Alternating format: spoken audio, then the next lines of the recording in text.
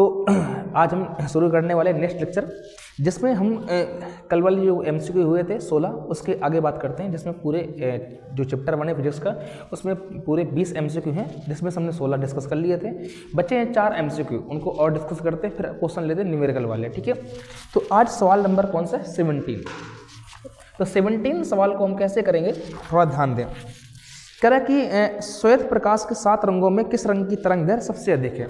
सवाल कह रहा है कि श्वेत प्रकाश, सवाल कह रहा है क्या? श्वेत प्रकाश जो होता है उसमें किस रंग की तरंग दैर्घ्य अधिक है?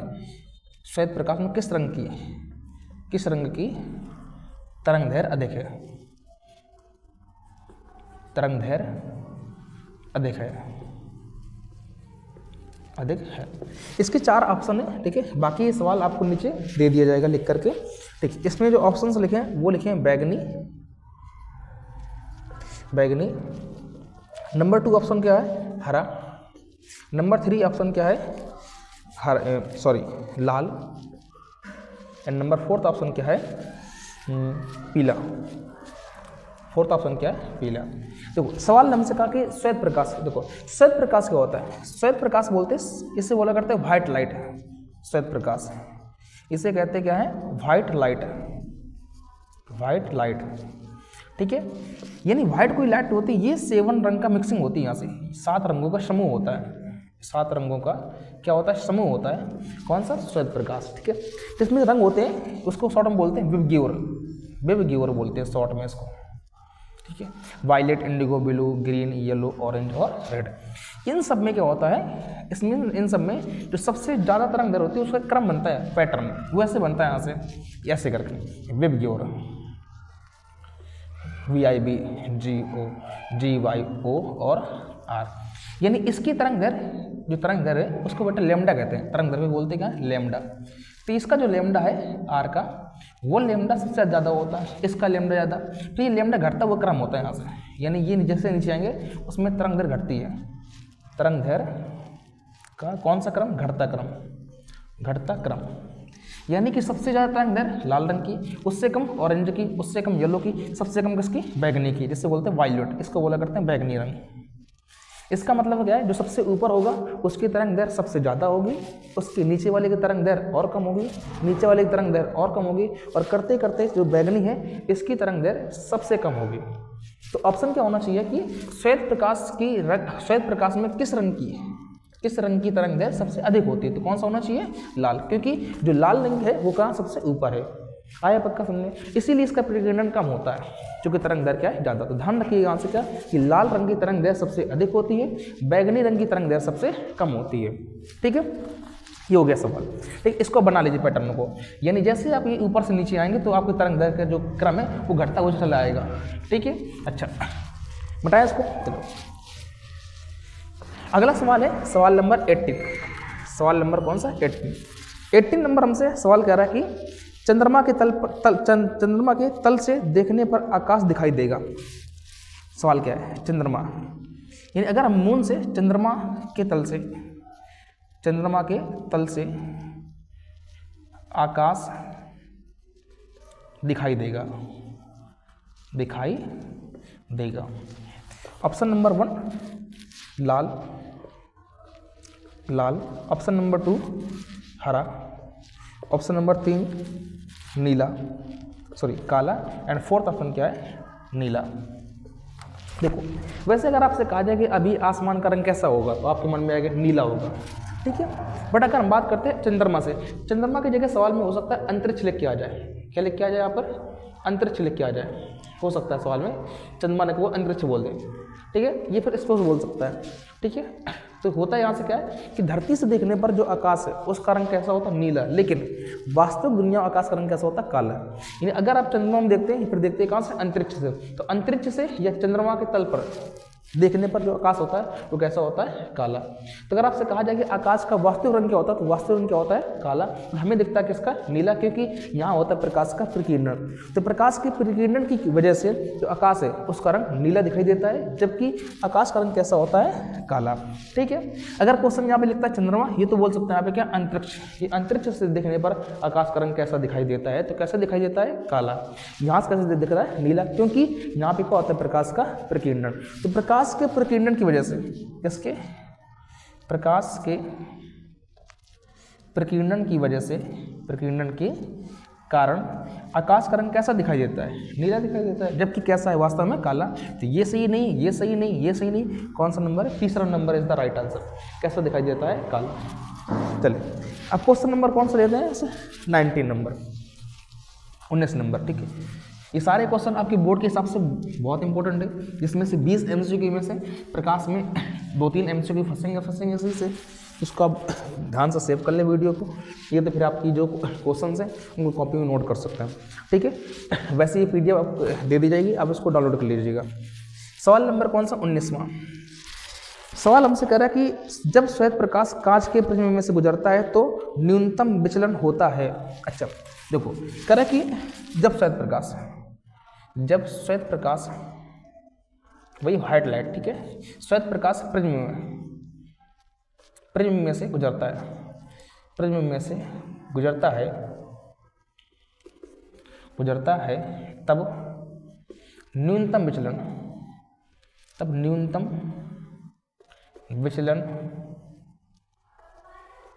किस रंग का होता है, किस रंग का होता है। ठीक है, ओके। तो इसके जो ऑप्शंस हैं वो है, इसमें नंबर 1 बैगनी, नंबर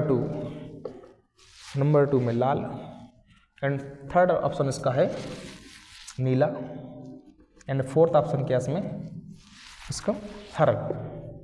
अच्छा, हमें ये पता करना है इसमें कि जब कोई लाइट श्वेत प्रकाश प्रिज्म में से पड़ता है, अच्छा प्रिज्म क्या होता है क्वेश्चन, ये कुछ ऐसा होता है प्रिज्म, इस प्रकार से ऐसा, ये क्या है, प्रिज्म जो कांच का होता है, इससे कहते हैं प्रिज्म कोण। मान लो बेटा प्रकाश किरण ऐसे आ रही है, ये क्या है, श्वेत प्रकाश, ये क्या है, श्वेत प्रकाश। अब श्वेत प्रकाश पड़ी इस मीडियम पे, अच्छा यहाँ का माध्यम एयर है, यहाँ का माध्यम क्या है, कांच। जब कोई श्वेत प्रकाश किसी प्रिज्म में बढ़ता है तो वह अपने अवयव रंगों में बढ़ जाता है, यानी अपने 7 रंगों में बढ़ जाता है। किस प्रकार बढ़ता है, अच्छा ये इसकी मेन लाइन इसकी है, यहाँ मान लो पर्दा रहेगा तो लाइट यहाँ से डाइवर्ट हो जाएगी इस प्रकार से, कितने पार्ट्स में, 7 पार्ट में, ऐसे लाइट डाइवर्ट होगी इस प्रकार से, 1 2 3 4 5 एंड 6 और 7।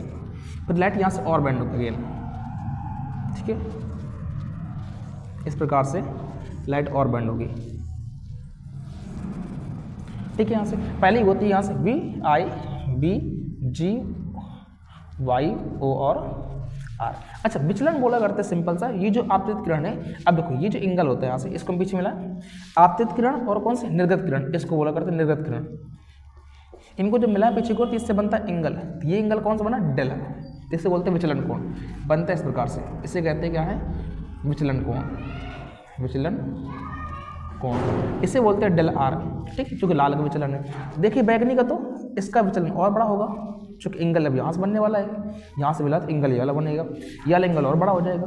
अगर हम इसको मिलाते हैं कहाँ से, यहाँ से ब्लू से मिलाएं तो इसका एंगल थोड़ा कम होगा यहाँ से, यानी कहीं ना कहीं अगर देखो सबसे ऊपर कौन बैठा है, लाल, यानी जो लाल रंग है, जिस मान लो मेन लाइट ऐसे आई थी, ये लाल ऐसे बैंड हुई, बैगनी और बैंड हो गई।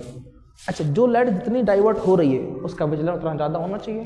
तो इसमें देखो जो लाल रंग है वो सबसे कम बैंड हुआ है, फिर ऑरेंज बैंड हुआ है, फिर येलो बैंड हुआ है, फिर ग्रीन बैंड हुआ, फिर ब्लू, फिर इंडिगो और वायलेट। तो सबसे ज़्यादा बैंडिंग किसमें हुई है, वायलेट में। सबसे कम बैंडिंग किसमें, रेड में। इसका मतलब क्या है, जो लाल रंग है इसका विचलन, इसका जो विचलन है वो सबसे कम है, इसका विचलन क्या है, सबसे कम है। तो सवाल ने क्या कहता है कि जब श्वेत प्रकाश प्रिज्म में से गुजरता है तब न्यूनतम विचलन किस रंग का होता है, किसका होता है, लाल रंग का। किसका होता है, तो बेटा ये जो पैटर्न है ना यहाँ से, यानी यहाँ पर क्या है, इसका विचलन क्या हो रहा है, लगातार बढ़ रहा है। तो ये बोल सकते हैं यहाँ से क्या, विचलन का बढ़ता क्रम। कौन सा क्रम, विचलन का बढ़ता क्रम। ध्यान रखें कौन सा क्रम है? विचलन का बढ़ता क्रम। यानी जैसे जैसे लाइट इस पर पड़ेगी तो जो उसमें लाल रंग है वो सबसे कम डाइवर्ट हुआ, ऑरेंज वाला और डाइवर्ट हुआ, येलो वाला और बैगनी वाला सबसे लास्ट में। जो लाइट सबसे नीचे है उसका विचलन क्या है? ज़्यादा, ऊपर आओ विचलन कम, ऊपर आओगे विचलन घटेगा, नीचे जाओगे विचलन बढ़ेगा। तो ये डायग्राम नोट कर लीजिए, आपको हर क्वेश्चन में हेल्प कर देगा। ठीक है, ऑप्शन कौन सा है इसका? लाल। तो जब श्वेत प्रकाश प्रतिबिंब में से गुजरता है तो सबसे कम जो विचलन होता है किसका होता है? लाल रंग का। ठीक है, बना ले इसको डायग्राम को। हो गया, चलो अगला सवाल देखते हैं यहाँ से, सवाल नंबर 20। ठीक है, ये अंतिम एमसीक्यू है प्रकाश चैप्टर से, जो प्रकाश की इकाई है उसका अंतिम सवाल है।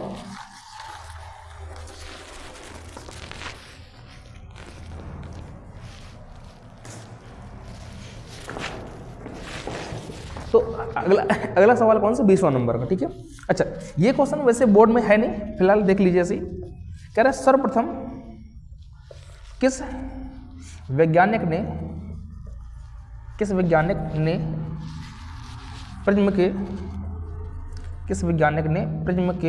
प्रिज्म में श्वेत प्रकाश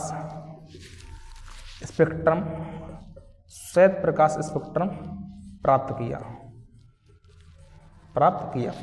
ठीक है, इसके ऑप्शंस हैं अल्बर्ट आइंस्टीन, पहला ऑप्शन क्या है? आइंस्टीन। सेकंड ऑप्शन इसका है Newton ji, and third option क्या है इसका? ओम, एंड फोर्थ ऑप्शन क्या है इसका? सीवी रमन। तो जब बात करते हैं कि श्वेत प्रकाश का स्पेक्ट्रम सबसे पहले किसने प्राप्त किया था, तो उनका जो साइंटिस्ट है उनका सेकंड नंबर। सर्वप्रथम किस वैज्ञानिक ने प्रिज्म में श्वेत प्रकाश का स्पेक्ट्रम प्राप्त किया? उनका नाम क्या है? क्या नाम है उनका? न्यूटन जी। क्या नाम है उनका? न्यूटन जी। ठीक है, इस प्रकार से आपके जो 20 मोस्ट क्वेश्चंस हैं एमसीक्यू वो बता दी गई प्रकाश में। इनमें से कुछ क्वेश्चन आपको बोर्ड में फंस सकते हैं, आप इनको ध्यान से पढ़ सकते हैं। इसके अलावा आपको जो बुक वगैरह है उनकी भी एमसीक्यू देख लीजिए। अभी हम अनसोल्ड की सीरीज चलाएंगे तो आप उसको जल्द कवर कर सकते हैं। ठीक है, अच्छा हो गया इतना। अब इसकी हम बात करते हैं कुछ थ्योरेटिकल क्वेश्चन की। ठीक है, कुछ क्वेश्चन थ्योरी वाले भी हैं उनको हम सॉल्व करते हैं, कुछ इसके न्यूमेरिकल है उनको भी हम सॉल्व करते हैं यहाँ से। ठीक है, बाकी जो पीडीएफ है पूरी आपको दे दी जाएगी, आप उसको डाउनलोड कर सकते हैं, जिससे आपके जो इसमें क्वेश्चन है वो बोर्ड को लेकर बड़े इंपॉर्टेंट है यहाँ से। ये तो उसके जैसे क्वेश्चन बोर्ड में फंसने चाहिए फंसेंगे, या हो सकता है उसके इर्द गिर्द में क्वेश्चन या फिर वही क्वेश्चन आ सकता है। अच्छा वही क्वेश्चन न्यूमेरिकल बड़ा मुश्किल से फिजिक्स में फंसता है, हो सकता है कि उसके जैसे ही कुछ क्वेश्चन बोर्ड में आ सके। ठीक है, तो हो गया। चलिए तो हम शुरू करने वाले हैं इसके न्यूमेरिकल।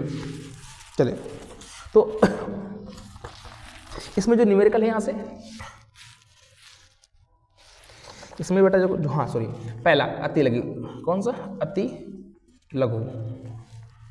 लघु उत्तरी प्रश्न। ठीक है,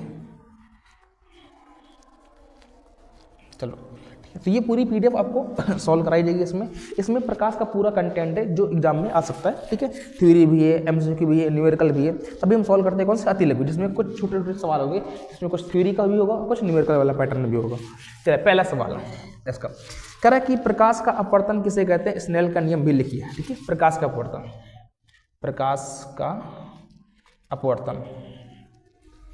किसे कहते हैं? स्नेल का नियम भी लिखिए। ये पहला सवाल है। ठीक है, अच्छा इसका जो आंसर होगा तो मैं आपको आंसर इसका बोल दे रहा हूँ, वरना इसका जो आंसर है जो परिभाषा है वो आपको यहाँ पे दे दी जाएगी, लिखने में बहुत टाइम निकल जाएगा। तो मैं आपको परिभाषा बोल दे रहा हूँ, आप उसको लिख सकते हैं कि चलिए ठीक है, आप पेन ले लीजिए, कॉपी ले लीजिए, इसकी बोलते परिभाषा। कह रहे प्रकाश जब कोई प्रकाश किसी एक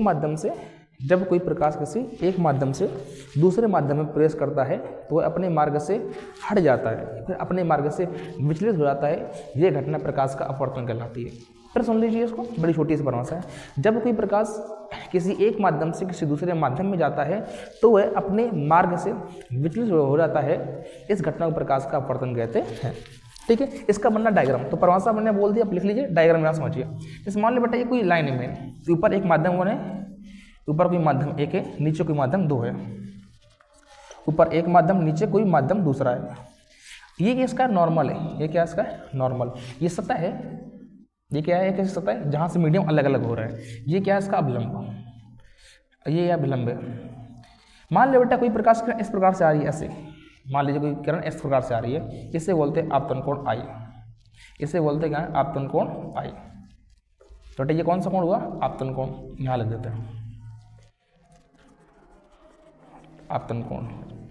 ये कौन सी किरण है, आपतित किरण, ये कौन सी किरण है, आपतित किरण। अच्छा देखो, जब प्रकाश किरण इस मार्ग से आ रही है, इसका रियल मार्ग तो इसका ये होना चाहिए, इसका रियल मार्ग तो ये होना चाहिए करके, ठीक है। बट ये लाइट ऐसे न जा करके अपने मार्ग से डाइवर्ट हो जाती है, कुछ इस प्रकार से लाइट चलेगी। अच्छा, ये अपने इसने अपना रियल मार्ग छोड़ दिया, किसी और मार्ग में चली गई, तो लाइट डाइवर्ट हो गई किसी और जगह। इस घटना को बोलते हैं प्रकाश का अपवर्तन। ये जो एंगल होता है इसे बोलते हैं आर, इसका नाम होता है अपवर्तन कोण, अपवर्तन कोण।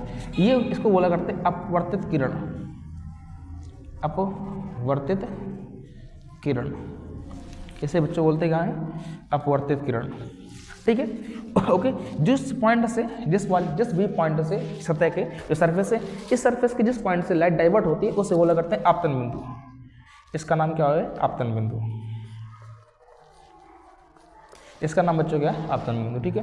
तभी कहते हैं सिंपल सा कि देखो होता क्या है, जब भी आपका मीडियम डाइवर्ट हो गए, मतलब सिंपल सा आपका माहौल बदलेगा, उस टाइम आपको डाइवर्सन आता है, आई पक्का। तो लाइट हमको ये समझा रही है सिंपल सा कि जब मीडियम बदलेगा, यानी जब आपके पास आसपास का एटमॉस्फेयर बदलेगा, तो हो सकता है आपका मन बदले, आपके स्वभाव बदले, तो उसको थोड़ा बच के रहिए, ठीक है। यहाँ से ऐसा हो कि अभी एग्जाम टाइम चल रहा है, एग्जाम टाइम में आपका मीडियम बदले, दोस्तों से दोस्ती हो जाए, फिर कहीं और माइंड कहीं और डाइवर्ट हो, तो उसको पकड़ कर पढ़ाई में लगाइए, क्योंकि अभी आपके लिए जरूरी क्या है, पढ़ाई।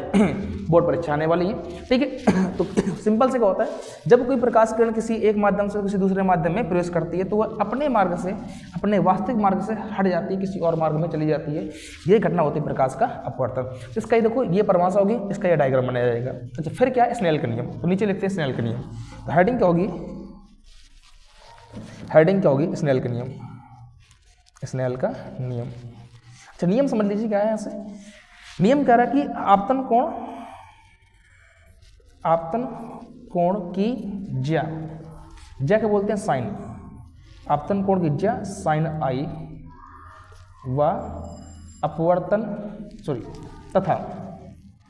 तथा अपवर्तन कोण की ज्या साइन आर का अनुपात सदैव एक नियतांक होता है, सदैव एक नियतांक होता है। बच्चों के लिखा सदैव एक नियतांक होता है। जैसे हम इसको बोलते हैं कि साइन आई बटे साइन आर इक्वल टू क्या होता है, एक नियतांक होता है। क्या होता है, यहाँ से नियतांक होता है। इसे कहते हैं स्नेल का नियम। ये क्वेश्चन होगा आपका पूरा, ठीक है। अब प्रकाश का अपवर्तन लिखा चुके हैं आपको, स्नेल का नियम, तो इसका अपवर्तन प्लस उसका डायग्राम, नीचे गैस का नियम। ये क्वेश्चन आता है 2 नंबर का, नोट कर लीजिए इसको। नोट हो गया। चलिए अगला क्वेश्चन समझते हैं। यहाँ से अगला प्रश्न,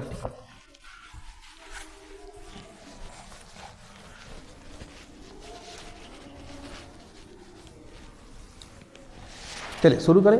अगला सवाल, ठीक है। अभी ठंड का मौसम है और इस टाइम शाम को बज रहे हैं 5:30, ठीक है। जो आपकी क्लास चालू की जा रही है, तो डेली कोशिश की जाएगी आपके लिए जो एग्ज़ाम का कंटेंट है वो अपलोड करते रहें।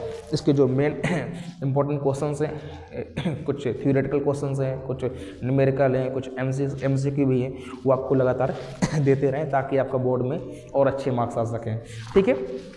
चले सवाल नंबर कौन सा, अगला, ठीक।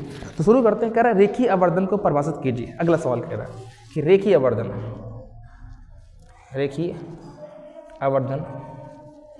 को परिभाषित कीजिए।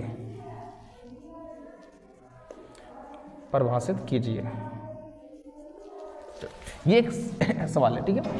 वैसे बहुत कमाता है, बट देख लेते हैं क्या कह रहा है। रेखीय आवर्धन को परिभाषित कीजिए। देखिए इसमें इसकी परिभाषा क्या होती है कि प्रतिबिंब की लंबाई